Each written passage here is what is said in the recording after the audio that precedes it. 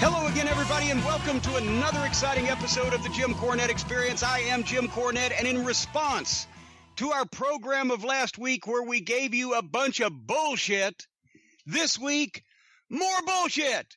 That's right, we are delving deep into the treasure trove of bullshit to talk about a bunch of bullshit today that will be of interest to all the people who like bullshit.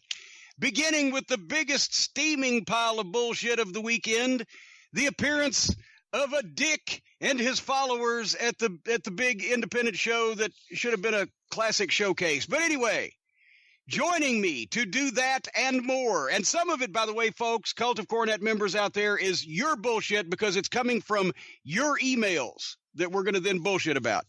And joining me, Hawaiian Brian, the podcasting lion, the king of the Arcadian Vanguard Network, Mr. Co-host to you, Swammy's Pappy, the post office playboy, Big Daddy himself, the great Brian Last. Aloha, Jim. A pleasure to be here once again. I have to admit, Assorted Bullshit, whatever we entitled it last week, was a good show, so I'm actually looking forward to whatever it is you're throwing out. I don't know what you're going to come at me with this week. This is actually going to be some good bullshit, as Dusty would have said. It's going to be some good bullshit. No, last week we read a bunch of emails and went off on a bunch of conversations about various things that the folks seemed to find entertaining, so I thought we'd do the same thing this week after we address, of course, the obvious here in a minute. But part of the reason is because I don't want to be cranky today. I don't want to be topical and talk about the news. I have stayed away from the news for at least the past week because I've been so busy everywhere else. But have they indicted President Pigfucker or his two little kids yet? Not as of this morning. Okay, then I don't care what the fuck else is happening right now. Because I'm on sensory overload and I don't want to be cranky today, even though we have to talk about some unsavory topics. But there's progress with the fence. But it took less time to build the Berlin Wall, right? It took less time to build the Great Wall of China. If you go by feet ratio per second or whatever. But finally, the gate that was supposed to be delivered in 6 days arrived after 3 weeks. We finally got the lights, the column lights. Finally got two of them to be delivered that were both unbroken at the same time. I got a new gate installer who is, of course, the most expensive guy in town because the first one went ghost on me and put me behind 3 weeks waiting on him. And the stonemasons have done an incredible job. It took them a month, but every day or every week for 2 or 3 days, they would be rained out by torrential downpour. It's downhill, and they've got these holes they're trying to work in, and it would flood, and all kinds of weather delays and relays and etc. And don't even get me started about the electrician. They may have to do some other type of wiring there, but it's coming. But now the fence people actually putting posts in the ground to join the columns. The stonemasons' work is incredible. Everything hand done, 4 6-foot stone columns, creek stone, 3.5 tons of creek stone went into the making of these things. Hand put together. It's just beautiful, just like the old days. But it's taken forever.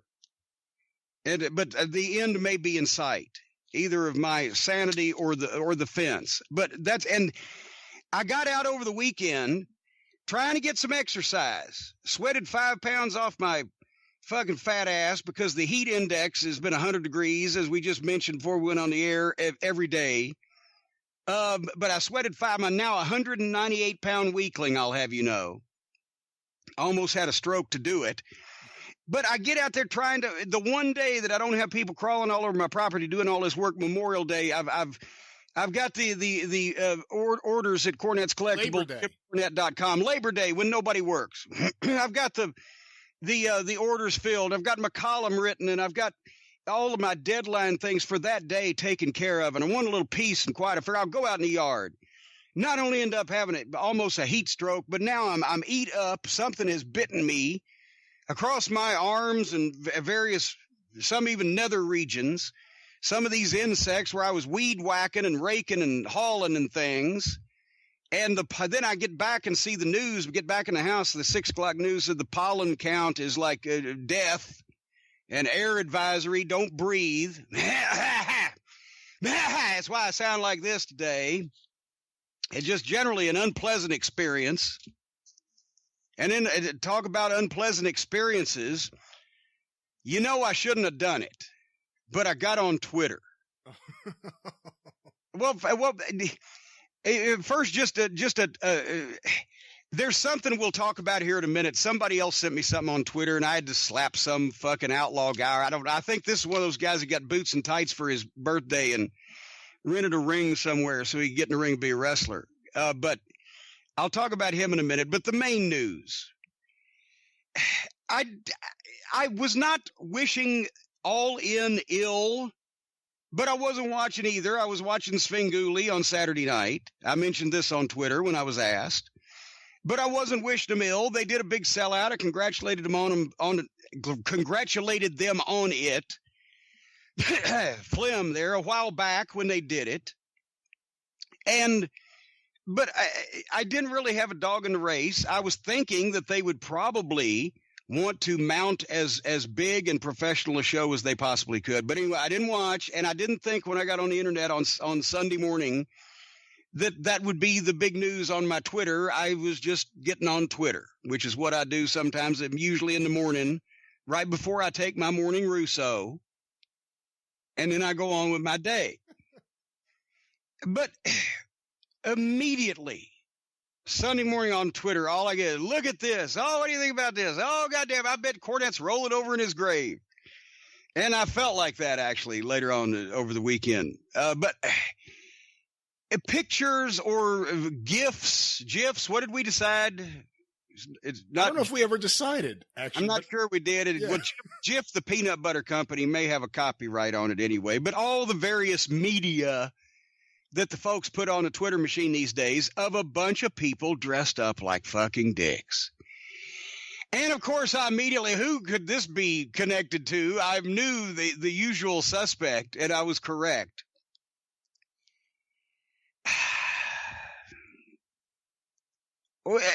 They were ghost sticks, by the way.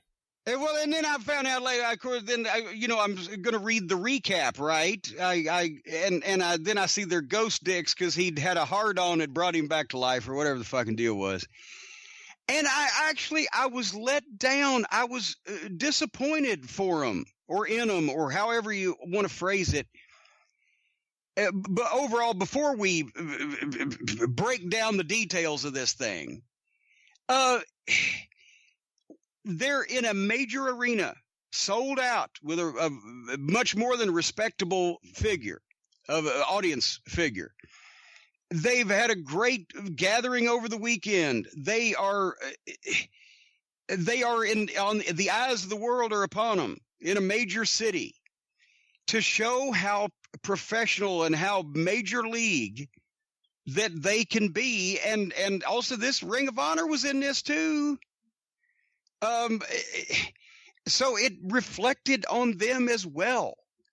But they have an opportunity to show how major league they can be in this big arena, this big crowd, and get to be taken seriously as a big time fucking deal in wrestling. And they have to, because a friend of theirs is this fucking preliminary underneath fucking talent that is lucked onto a goddamn disrespectful fucking gimmick that he should be ashamed of, and that fuck him. And it's just ridiculous that because he's their friend, they should indulge him and his little fucking adolescent fantasies and his goddamn little fans' adolescent fantasies going into the goddamn main event with the guys that fucking promoted the show like 15 minutes over. And this fucking whole abortion of a goddamn segment apparently took 15 minutes. But they let their little friend cock up their fucking chance with. I'm not talking about the goddamn people in the building. I'm sure they loved it, because that's why I was nowhere near Chicago that weekend, because there was a large portion of people who would have, for the kind of people who like that kind of thing, that's the kind of thing those people like. I didn't want to be anywhere near that. But this was such a big deal. NBC could have been watching this, right? And I know Ring of Honor owns their own television network, therefore they're not going anywhere. But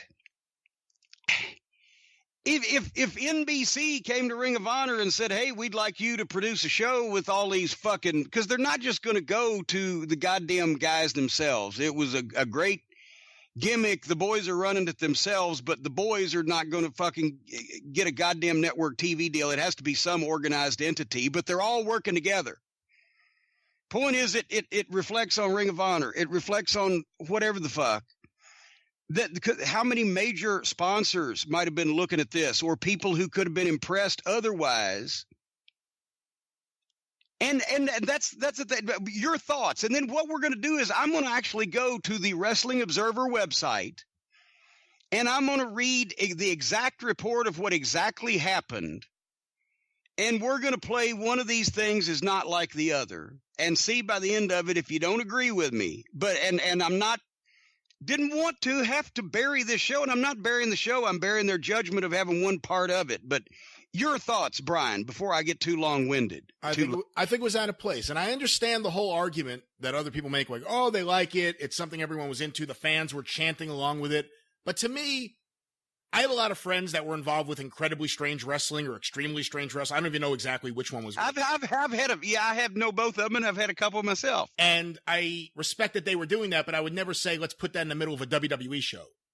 And that's the way I kind of see the Joey Ryan thing. You're doing a serious wrestling show, a tremendous showcase. By the way, a resounding success.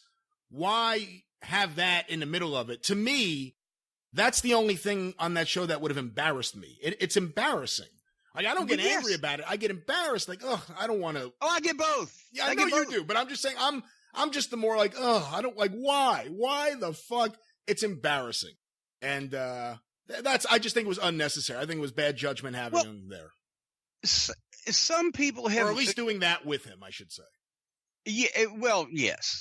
And what else is he going to fucking do? There, he should have been the match that got cut to give the fucking main event guys time. And there's another thing I'll talk about. I've done a lot of, I don't think anybody can dispute this, I've done a lot of major league pay-per-view wrestling telecasts, correct? Oh, yeah. And I don't remember any one match ever causing one to be, 10 to 14 minutes over? And then the next match did the same thing or close to whatever the fuck. The point is, I think the main event was supposed to go 28 and it went 12. Well, yeah, you don't get that far. I don't know.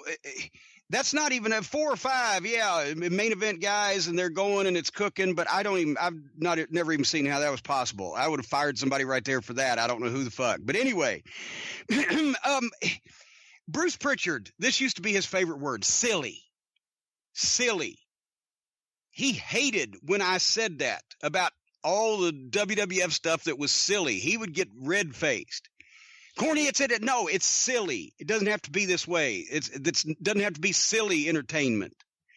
And people who compare that, wow, you're classic wrestling like the Gobbledygooker or Mae Young giving birth to a hand. Like, I didn't hate that shit too publicly when it happened. I don't understand why they compare stupid shit that happened in another era, because it's all been stupid shit. But that's what I'm saying. They could have looked major league and instead hashtag outlaw mud show, right? Because look, I'm going to the Wrestling Observer website, as I said, and I'm not going to read this word for word, but Matt Cross defeated MJF, and it gives a blow-by-blow description of a lot of the moves and etc. And double foot stomp, 2 count, crazy-looking pile driver using the ropes for a near fall. I'm sure it possibly might not have been my cup of tea because they attempted to kill each other and did a lot of shit that, they shouldn't have got up from, but they sound like they took it seriously and did the best they could, and I didn't see it, so I can't say it was bad, right? Because from the description, they were trying to beat each other up. Christopher Daniels defeated Stephen Amell, and Jerry Lynn refereed the match, and I love Jerry Lynn, I love Christopher Daniels, and he's a great fucking talent, and always has been. And I don't know Stephen Amell personally or professionally, but he's an actor, so naturally everybody thought Cornette's going to shit on this. Actually, no, apparently this guy not only has taken the business seriously, but has trained hard, has done it 3 times now, and this apparently